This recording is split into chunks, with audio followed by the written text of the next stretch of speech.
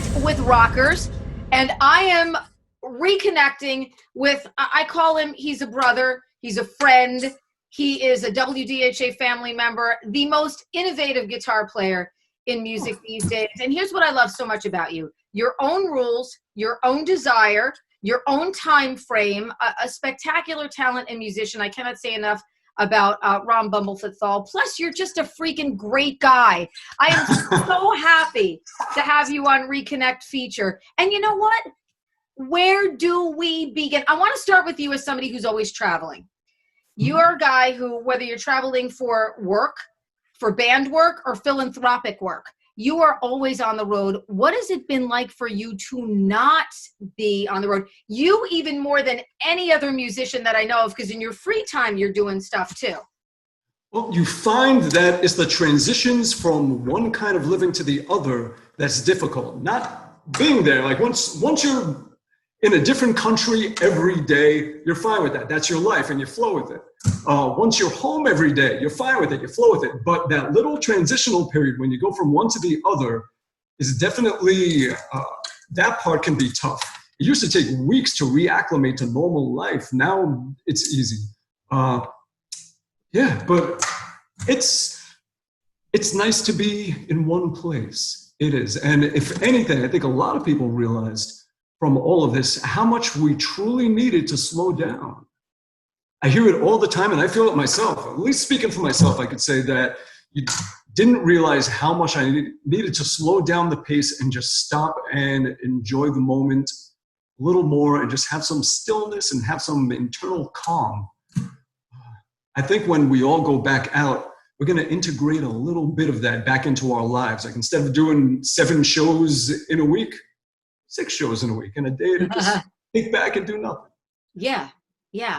But we need that. We do. We all need that. We don't realize how much the stress of constantly running just, it has an effect and not a great one. We need to slow down. And none of us, I don't think we were living in the moment. We weren't living in the moment. Even when you were on tour, and doing so many great shows, were you enjoying every single one of them? Because there's so much to think about. You're leaving an Asia tour and going out on a Sons of Apollo tour. And, the pace just goes and goes and goes. You've always been involved in things like music education and helping the younger generation, which we'll talk about. But I want to talk to you a little bit about Sons of Apollo, second record, which came out in January. You guys were forced, unfortunately, to cancel the European dates. I saw the post, I think, on Mike Portnoy's page. Sons of Apollo, for those of you who may not know, I mean, what an amazing group. Jeff Scott Soto and Derek Sherinian and you and Billy Sheehan. This is and Mike Portnoy, of course. This is a group of musicians. And so what was that like for you guys? When did you decide, we know that we're not going to be able to go out and support this second record right now? And I know the fans were really bummed out. It was tough being in Europe as everything was happening in Europe. And it was really, the illness was blowing up daily. We were just watching it escalate. And we saw that there's no way it was going to work. We had 2 parts to our tour. There's first the fly dates, where we spent a good week and a half or so just flying everywhere. And then in the beginning of March, we were going to be hopping on the bus, I think in Milan, Italy. Oh my goodness. Yeah. So it was a question of, okay, can we even do the bus run? Because shows started to cancel. We lost the Milan show, of course. It's like, all right, if we lose one more show, we may not be able to even afford to stay on the road and pay the bills. As soon as we walk onto that bus, that's 36 grand right there just to have the bus. And if we start losing shows, the budget just goes straight into the red. So it's just a question of, can we do it? So we were in Germany, and then we were going to Scandinavia, and then we were going to be going to Ukraine and Russia. And then after that, we figured we would probably have to pull the plug. But then it started really snowballing. It's like, all right, can we even do Russia? Can we do this? Our poor tour manager, every night after doing front of house and organizing the loadout, he's on the phone with airlines and trying to figure out possible escape plans to get out either after this show or after this show or after this show. And sure enough, we only got 4 shows out of 20, and we headed back home right before they started shutting the borders, and it started getting really messy. And having to worry too about your own health. You know, flying and traveling, you know, that's a big, you know, that's a big deal, having to worry about your own health. Just crazy scary. At the time, I had that naivety about it all. I was one of those skeptics. It's like, oh, it's just, they're blowing it out of proportion. It's just a seasonal virus like the flu. Boy, was I wrong. I was absolutely wrong. And what was interesting is when we first started canceling and letting all the promoters know, they started threatening us with lawsuits saying, everything is fine over here. There's no cases. Everything is good. You have nothing to worry about. We have 3 shows booked with you. You're pulling the plug for no reason. We're going to sue the crap out of you. And a week later, the same promoters, like, the country is shut down. Everything is shut down. You were right. You know, everything happened so quickly. I mean, just so quickly. We literally had to get used to a new way of life, all of us, in a week and a half. And I mean, it was just crazy. And I try to explain that. I think the music fans get it now. In the beginning, everybody just kept thinking that a month from now, 2 months from now, we were going to be back and doing shows and being out. And I can't believe this is canceled. And I think now, obviously, everybody understands what we were dealing with and what we had to do. There were Voices of Apollo. You guys did some really cool stuff. That's not easy to do either for artists, especially when you're all in different places. So talk to me a little bit about what you guys did. Well, you know, we've been keeping busy and doing all kinds of things. Now, during the shows, a lot of times, just for fun, me and Mike and Jeff, we would just break into some random song of harmonies, and we would instinctively just grab whatever harmony is in our range, and we would just be doing all these songs. So we would do them spontaneously at a meet and greet or after a show. So a few times we did Nowhere Man. Mike's, he's a real now, and I'm going, he's a real now, and Jeff grabs along, he's a real, and we just kind of figure it out as we go. And so we figured, you know what, let's just record this thing for real. It's so good. I didn't even know. I had no idea that Mike was such a good singer. I did not know that Mike Portnoy was great at a 3-part harmony. I mean, that's not something that you could just, let's just do some 3-part harmony. Okay, what's my part? I mean, you've got to be good at it. And I had no idea. I was blown away. One thing we started doing at the shows in Europe, we started switching instruments, and we would play a Deep Purple song where everybody was on some other instrument. Mike was playing bass, Derek was on guitar, Billy was on keyboards, Jeff was playing drums, and I was singing. And what did we do? We did Perfect Strangers. Can you remember my name?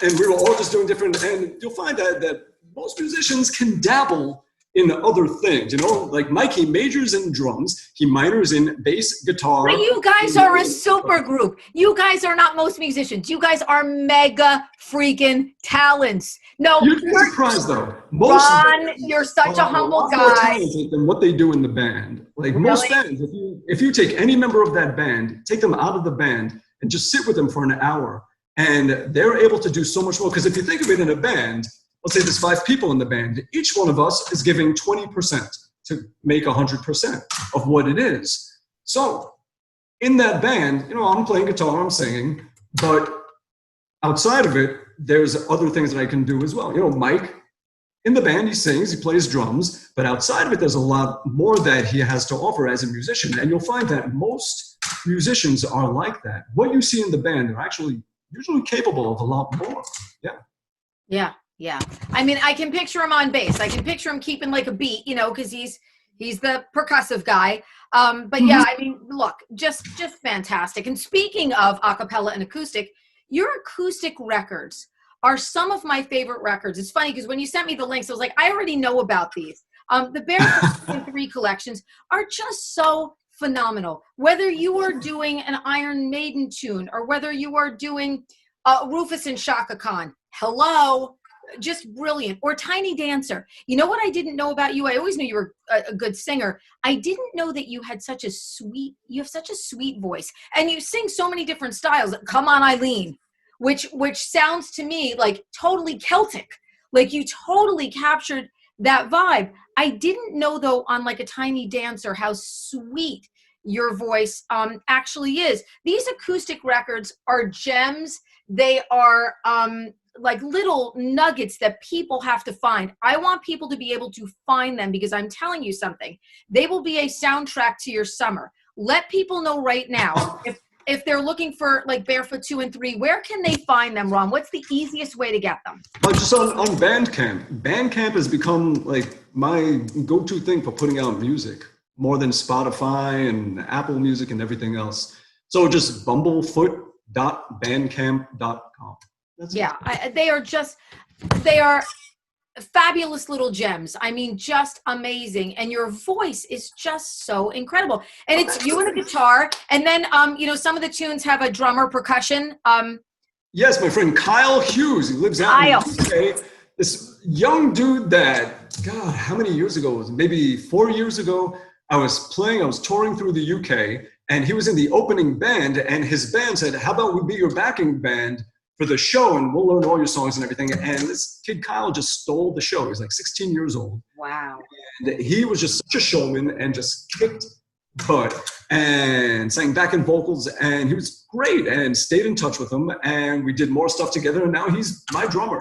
Yeah. And for this thing too, so acoustic stuff, I would send him the thing, and he would just play the little box drum, the K-Jone as they call it, and some shit, and it really was the icing on the cake. And he is just a wonderful drummer. He's one of those guys that 10, 20 years from now, everyone's going to know his name as like the guy, Well, you're always the guy that wants to help that. And I think it's so important. People don't realize how important it is to help the next generation of talent.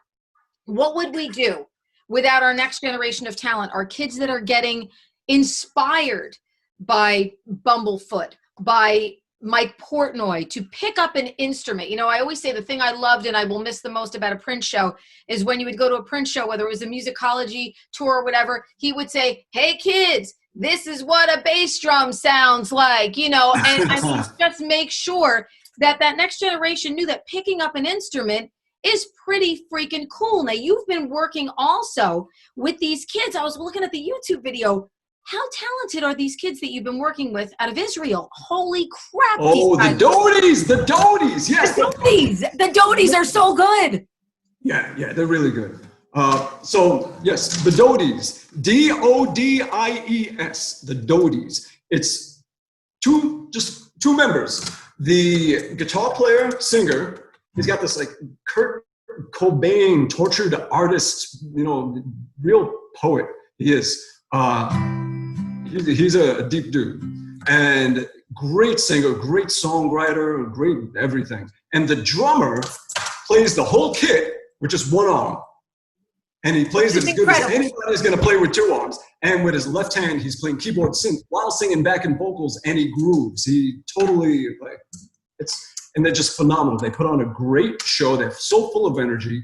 So find them. Like, how did you find out about them? I was asked to come in and co-produce their demo. They were doing something out in Texas, and I was asked to come in and work with them. And at first I was like, I don't know. I mean, I'm listening to their stuff, and they kind of got it down. They know what they're doing. I don't know what I have to offer. But I went out there and I realized like what they need is someone to just let them be themselves. No click track, no studio nonsense, no using technology because it's there. Just capture what they do, capture the realness. So they just put them in a room facing each other and just play. Our job is to make it sound good, get good quality sound, but all you guys got to do is just play. You don't have to think about staying in sync with a click. No, if you're pulling forward, it's because you were meant to, because the song has more energy and it's supposed to push. It's pulling back because it's supposed to. Just let it be real. Let it groove. And I'm just big about that. I don't believe in drum replacing software, and I don't believe in quantizing a drummer, because you're taking away the identity, the soul, the personality, the life of one of the most important members of the band, and the drummer really is. You take any band, if the drummer is bad, the band is bad. You have a great drummer and some sloppy guitar player over them and it grooves. No matter what, the drummer holds it together. And don't take that away. Don't take away the realness. Don't take away the spirit of the music by taking the drummer's sound of his drums and replacing them with those same crappy, cardboardy sounds. I hate the sound of that. It's not real. And don't quantize them where you're taking the lag out of his snare and the groove and the push and pull and everything that makes you move with it. Could you imagine if they did that to John Bonham? I know.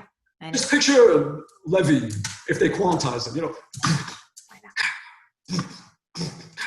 And if they used drum replacement software, you know, it would be boom, boom, ga, ga, boom, boom, ga, ga. Or if you guys did it in Sons of Apollo to Mike Portnoy, you know? Yeah, let him be. That. Imagine that. If you want to have a hero drummer, don't quantize and take away the sound of his instrument. Don't take that away from him. If you want all the heroes like Neil Peart and all those guys, if you want a drummer whose name you know, that's people are going to know in 20 years as part of your band, don't strip him of his identity. Don't do that. That's why people like to work with you as a producer, because you're somebody who respects. You're not somebody who says, you know what, listen, we're going to try to create a track that we know is going to get played all the time on some active rock radio or something. You can find something in somebody and let them be who they are and bring out more of who they are. And I think that that's what a great producer does. That's what a great producer should do. Well, that's what music should be. It's like if you have a band that has personality, don't robotize it and let them bring out their personality even more. Show who they are. Make it where when I was growing up, the bands that I loved, you can identify every member personality-wise, musically. John Paul, George Ringo, Gene Paul, Peter Ace, on a first name basis, their names meant something. It meant something musically. You knew what they were bringing into the music. You knew what their particular spice tasted like when it all came together. And you can pick it out and be like, all right, this combination of salt and pepper and this and that. This guy's the sugar, this guy's the salt. And you don't want to take that away. And that's what makes bands great. They are the sum of these spirits that come together and make something greater than anybody could ever be. And it only happens once in this universe, that combination. Don't take that away. Every single band has that to offer. I love it. I love it. So you spent many months out touring. Speaking of rock legends, you were out with Asia. Asia, yes. How did that come? And I was, I got to see you, and then I saw the clips of you.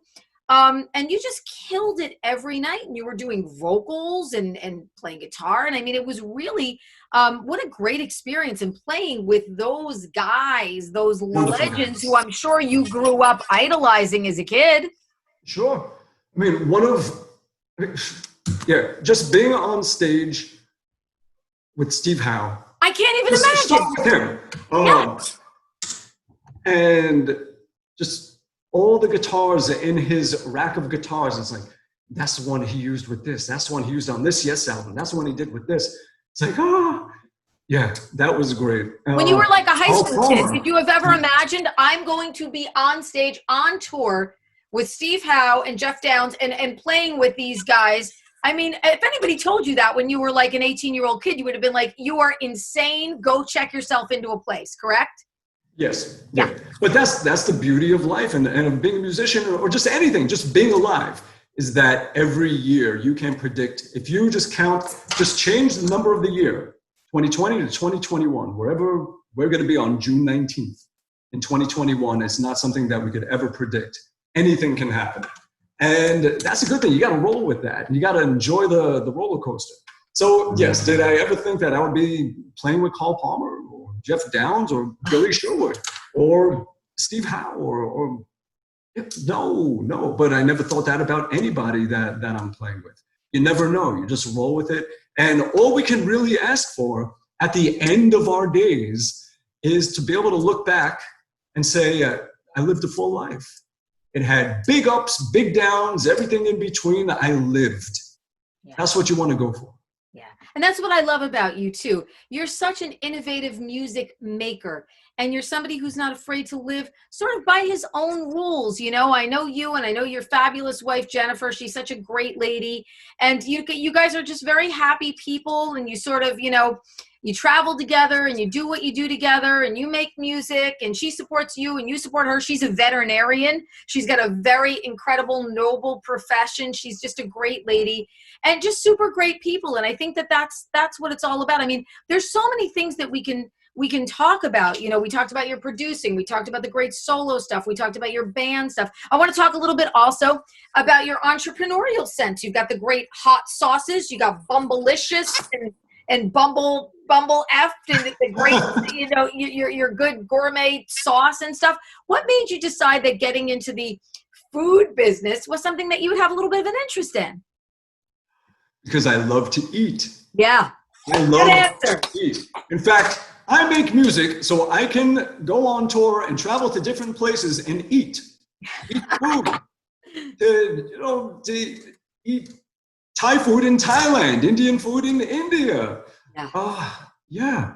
It all comes down to that. Food is one of the greatest enjoyments of life. So, yes, I certainly have a passion about eating. I used to be 100 pounds heavier, to prove it, for real. So, just things happen. I was 12 years old, and my older cousin Steve, he dared me. He said, "I'll give you $5 if you eat that hot pepper." I was 12 years old. I was trying to save up to buy a new guitar. So I ate it, and I liked it. And since then, I would always put hot peppers on a turkey sandwich with real spicy brown mustard, and that was it. Rye bread, turkey, mustard, and just smothered in hot peppers. And people knew that I liked hot sauce and hot stuff. So as birthday gifts and things, suddenly they would start giving me different hot sauces.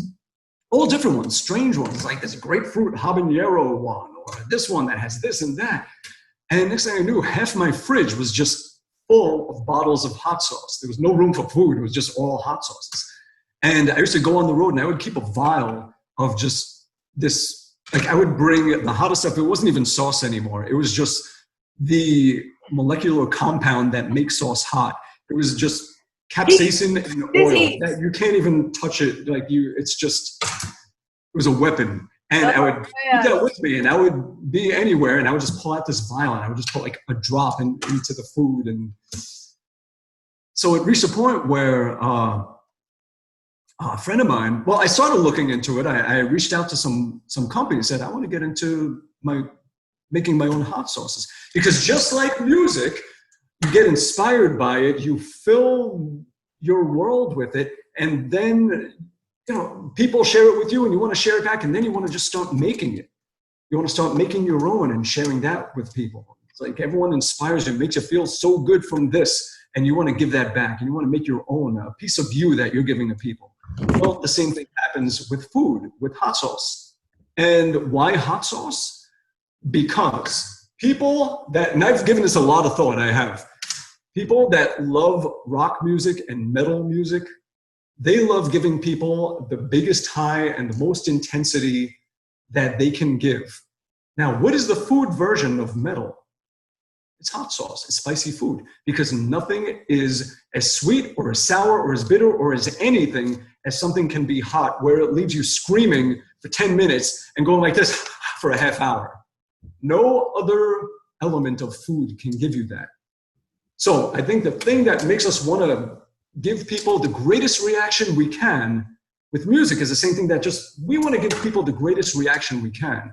So you'll find a lot of people into rock music and metal music end up getting into spicy food and hot sauce as well, and they want to do that too, because it is the way of giving others the greatest reaction, the strongest reaction, the most intense reaction we possibly can in the food version rather than the music version. But it's the same driving force. Everything you do, there's such a passion in everything you do, and that's why everything you do is so great. It's so, you know what it is? It's impactful. Whether it's, helping with a school or helping kids, in a foreign country. learn about music or making hot sauce or putting out an acoustic record or touring with Sons of Apollo or going out with Asia.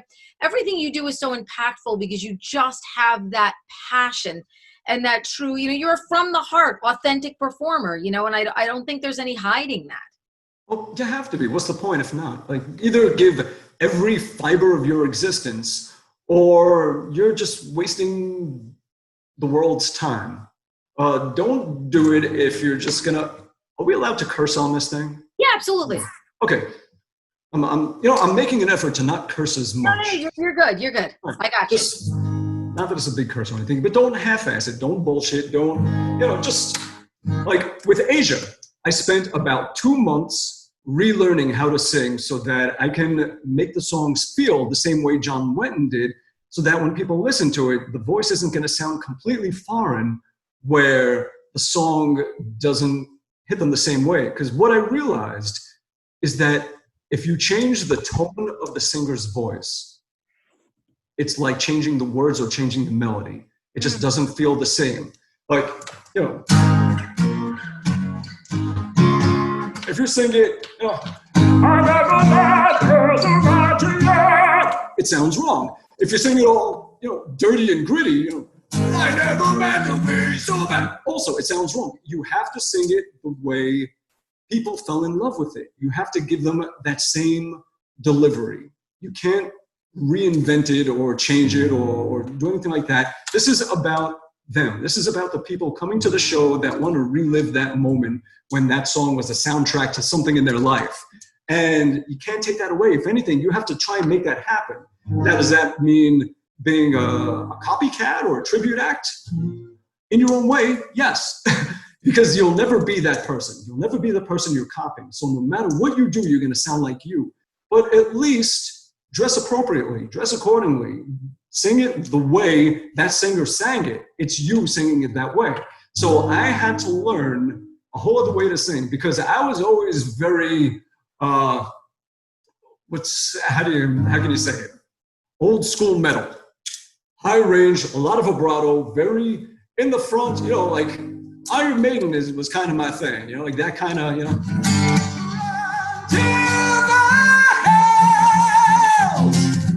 high notes. And now suddenly I have to be like this smooth, breathy, chesty thing. And John Wetton would open up in vowels that I couldn't and didn't ever. So you're going through decades of singing a certain way and your body is just trained to relax this and resonate this and do that. And you have to reteach yourself how to sing in a way, because everything he did was straight, no vibrato, just boom. He's like, there's a note, bam, hits it. And no cover up, because vibrato is kind of like cover up. You're going a little sharp, you're going a little flat, you're keeping in the ballpark. When you're hitting, if you do it with vibrato, you're going up and down. But if you hit it straight, you have to be exactly on, or it's going to sound like that. You have to really be on. And that took balls. Wetton sang with serious balls.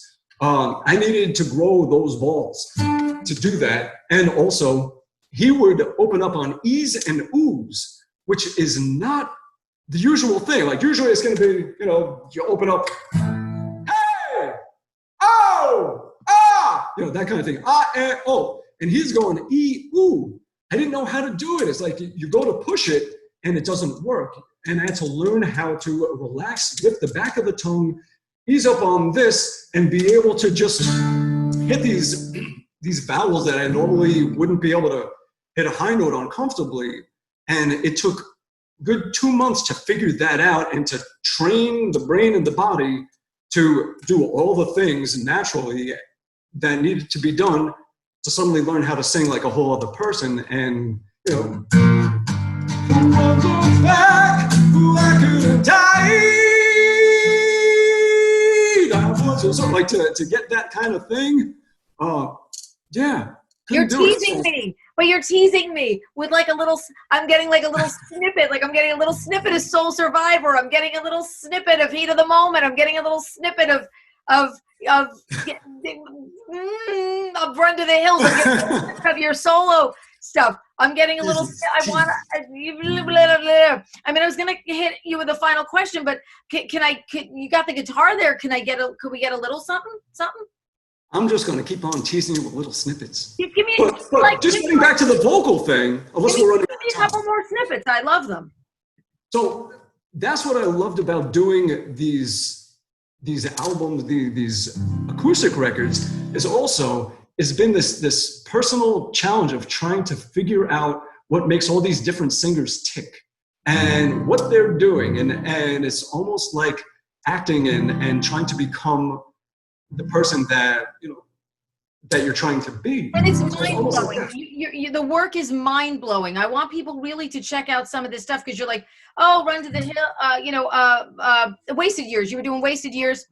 And then, Elton John, and then The Police. And then you guys have to check it out, because there's so many different styles of vocal that it just blew my mind how absolutely. I was in my office one day and I was listening to him, and I called in my morning man, Jim Monahan, and I'm like, do you know who this is? And he's like, no, I have no idea. And I played Come On Eileen, and I did Tiny Dancer, and then I did the Maiden cover. And when he looked at me and he said, I had no idea he could sing like that. And like that, I think just meant there's a diversity in your voice that I don't think, I didn't realize it. And I've known you as an artist and performer for many years. Thanks. So Come On Eileen.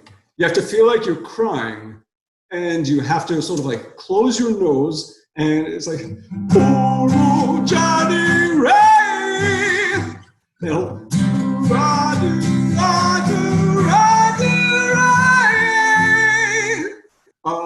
And then the opposite is Elton John. I'll be closer, tiny dancer. Resonating from a different place, different kind of vibrato, different this, different that. But it has been so much fun, and it gives you such an appreciation for all these things. You don't realize how good these singers are until you try to sing that stuff. And I'll say try. I tried. I mean, just incredible. Yeah. So, yeah. Doing the Chris Cornell thing. Oh, Dare Try to Live. Phenomenal. Yeah, so much stuff. Yeah. Just amazing. Listen, I love you. You've always been a friend to the station. You've always been a friend to me. You're such a great, authentic, amazing artist and performer. And not only that, you're one of the best guys in music. You're just such a super cool dude. I'm always happy to have you on the show, whether you're in person, whether you're on a Zoom, whether, I'm out at a gig and we do an interview or whatever. It's just always such a pleasure to hook up with you and reconnect with you. It's been too long. It's been way too long. So let me ask you, as a parting, what has lockdown taught you? What have you learned, taking that breath, as we talked about, a little bit of a breath in, looking around, smelling the trees and the coffee and the roses a little bit. What have you learned about yourself, Ron, that you didn't maybe know before all this? If anything, it just really hammered in the idea that you gotta slow down the pace. It's okay. The world isn't gonna crumble if you don't play a show every night. You don't have to push yourself to the absolute limit of exhaustion. It's okay to just slow down and enjoy some moments. Yeah. So I knew that, but I didn't act on it. And now I think I'm gonna fight for that to make that happen a little bit more. Just have to make it. As I've told listeners too, if you got a little extra time to discover maybe some music or artists you haven't before, if you don't have the latest Sons of Apollo record or both of them, download them, get them. And I'm telling you guys and gals, please, Acoustic, Bumblefoot, the Barefoot 2 and 3s, they will be a soundtrack to your summer. Some of my favorite music to listen to. So as a fan, I thank you for that. Oh, well, thank you. Thank you. Thank So you. yeah, I got to come see you in person when it's okay. Yeah, when And it's okay, I'll bring this thing and we'll do a hang out. big old giant hug. Say hi to Jen. Yes. E-hug. I love you. I love you. Say hi to Jen.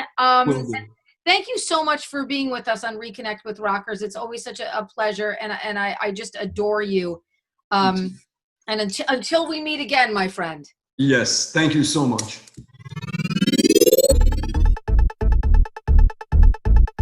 DHA's Reconnect with Rockers is powered by Advantage Contracting and by Karis Lock Company.